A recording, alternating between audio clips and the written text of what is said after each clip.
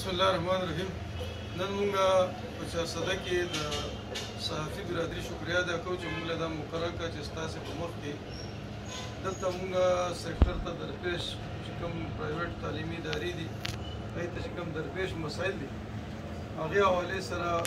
موږ ستاسو په وساطت باندې حکومت مخکې خپل هغه مطالبات لیکو. خو زه دې وخت کې په فضل الله داودزی د پرایویټ ایجوکیشن نیټورک صوبایي نایب صدر او د ادارې منتخب ممبر په حیثیت باندې ما سره په دې پریس کانفرنس کې جاوید خان صاحب صوبایي نایب صدر دی، نفیس الله صاحب د ضلعي صدر، منصور کوثر خان صاحب د چارسدې سیټي صدر. موږ په دې مشترکه پریس کانفرنس کې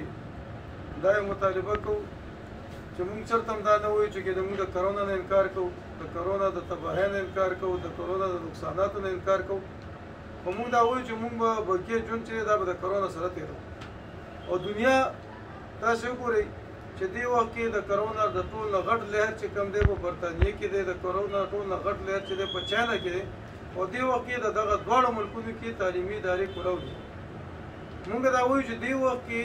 تعلیمي ادارې په داسې وخت کې 13 کال هم بند کړی شوي په 13 مارچ باندې چې په هغې کې مخکې د سماجي فاصله موجود وه، امتحان کې مخکې د سماجي فاصله وي، او دې هغه وخت کې تعلیمي ادارې بند کړي. یو کال چې کوم دی زموږ تعلیمي سیشن د ماشومانو چې د هغې تعلیمي نقصان وشو. اوس بیا چې کله مارچ میاشت راغله او په امتحانات شروع او دې وخت کې د کرکټ میچونو دپاره چې کوم دی اجازتونه و، دې وخت کې د اپوزیشن جلسو دپاره اجازتونه و، دې وخت کې چې کوم دی په ضمني الیکشن چې کوم دی هغه اوس هم روانې دي. په دې وخت کې په بي آر ټي کې ناروا رش چې کوم دی اوس هم موجود دی. په دې وخت کې اتوار بازارونه شروع دي، په دې وخت کې بازارونه کولو دي، منډۍ کولو دي، جوماتونه کولو دي، او خلک چې کوم دی د ودونو په رشونو کې هغه ماشومان موجود دي. موږ دا وایو چې دغه ماشومان دلته په سکول کې ټول محفوظ حالت کې موجود دي، او دا موږ مطالبه کوو چې څنګه دی د زیات عمر خلکو ته د ویکسین لګولو فیصله وکړو. موږ د هغې تایید هم کوو، خو دا مطالبه هم کوو د قوم د ټول د قیمتي سرمایه چې کوم دی نو هغه د قوم بچي دي. پکار دا چې په ترجیحاتو کې د قوم بچي دي په اوله جوړوي. او موږ د پرایویټ سیکټر په نماینده په حیثیت باندې موږ دا خبره کوو چې که په دې کې دي د دې سیکټر د څه تعاون غوښتی وي نو موږ به هغه تعاون ته خپل ځان پیش کړی وو، ځکه چې موږ کله تعلیمي ادارې کولو کې په ټول وطن کې د ټولو زیاته ایسوپي چې کوم دی نو دا سکولونو ورکړي وو. موږ سینیټایزر د خپل طرف ته ورکول، موږ ماسک استعمال کول، موږ د سماجي فاصلې انتظام کړی، موږ دې ته هم تیار یو چې کله دې وي چې 50% ماشومان به راځي او 50% ماشومان به نه راځي. موږ هغې ته هم هغه فیصله هم منلې وه، ځکه موږ دا د هټدرمۍ یو مظاهره نه کوو، البته موږ دا مطالبه کوو چې موږ د دې په اعتماد کې والي او موږ ته دې وښیي. موږ خو دې ته تیار یو چې زموږ د 100% ماشومانو دوی که ټسټونه کوي موږ په هغې کې ورسره تعاون ته تیار یو. او سمارټ لاکډاون چې څنګه دوی په معاشره کې نور ځایونو کې لاګو کوي، په تعلیمي شعبه کې هم سمارټ لاکډاون لاګو کړي چې په کومه ضلع کې په کوم ضلع په کوم سکول کې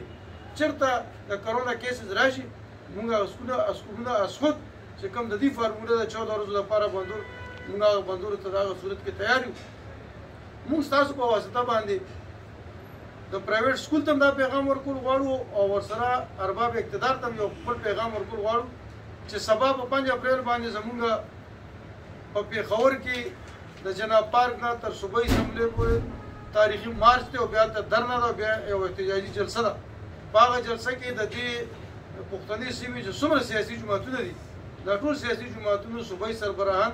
اب زموږ په دې احتجاج کې شریکي، والدین په دې احتجاج کې شریکي، ورسره سیول سوسایټي به شریکي. په هغې کې موږ کوشش دا کړې ده د ژوند هره شعبه چې ده هغې له موږ دعوت ورکړی ده، هغې به راځي. ورسره موږ دا خبره کوو چې د ټولې صوبې نه زموږ کوم احتجاجونه د هر ضلع نه موږ 3 ورځې کیمپونه وکړو. موږ حیران دا یو چې دا څنګه یو عجیبه غوندې غیر جمهوري حکومت دی. جمهوري حکومت خو هغه چې هغه د عوام کله راوځي نو هغه یې سره کښېني، مذاکرات وکړي، د یې خبره اوري، د یې جنرال کوم مسلې دي په هغه مسلو باندې هغې سره کښېني. دلته کې خو خبره صرف په یو طریقه باندې حل کېږي چې څنګه استادان لاړل، د قوم معماران لاړو په اسلام آباد کې په یې باندې لاټي چارج وشو، انسوګیز وشو، ګرفتاریان وشوې. نو که چېرته د دې دا خیال وي چې موږ هم دغه رنګ غواړي نو موږ انشاءالله بیا ډي چوک ته را روان یو. د دې نه بعد د 5 تاریخ نه بعد بیا موږ ډي چوک ته راځو او په دغه دا احتجاج دا به تاریخي احتجاج په 5 تاریخ باندې چې زه نن دلته 400 کې موجود یم نو زه تاسو ته یقیني درکوم چې زمونږ د ملګرو کوم کار کړی دی د دې د ټولو سکولونو نه کم از کم 2000 تعداد د 400 نه زی ځکه تاسو سوچو کې پېښور وایي دغه رنګ نوشهره ده دا رنګ د ټولې صوبې نه چې کوم اپډیټس را روان دي د پرایویټ ایجوکیشن نیټورک نه علاوه چې نور زموږ کوم صوبایي تنظیمونه دي دا ټول په دې احتجاج کې شریک دي او دغه احتجاج به ان شاء الله زموږ که په 5 تاریخ باندې زموږ مذاکرات وشو او زموږ جنون مسلې دي حل کې بیا موږ چې دی بیا زموږ احتجاج وکړو دی بیا مونږ نو بیا به ان شاء الله دا هرې صوبې نه زموږ پروګرام دا دی چې کم از کم 10,000 خلک چې کوم دی دا موږ اسلام آباد ته بوزو سره د مظفر آباد سره د آزاد کشمیر او د پنجاب او د سند او بل بیا دا ده چې موږ دې ته میران دي په یو پاکستان کې 2 پاکستان دي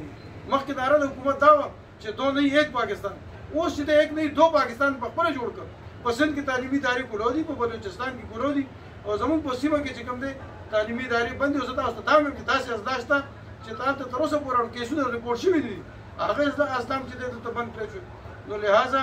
موږ د دې فورم باندې د 400 نه ټول تعلیمي ادارو ته پیغام ورکو او والدین ته وایي چې تاسو راوځئ او د دې احتجاج کې تاسو شریک شئ چې زموږ قوم چې کوم دی دا ناخوانده پاتې نه شي ځکه موږ 50% سټیک هولډر یو موږ د قوم له معیاري تعلیم ورکړی دی او که معیاري تعلیم که نن بندېږي نو په دې باندې پکار دی چې هر ذي شعور سره هر اهل علم او سیاسي جماعتونه او سیول سوسایټي ټول موږ د اپیل کوو چې په دې جدوجہد کې زموږ سره ملګرتیا وکړي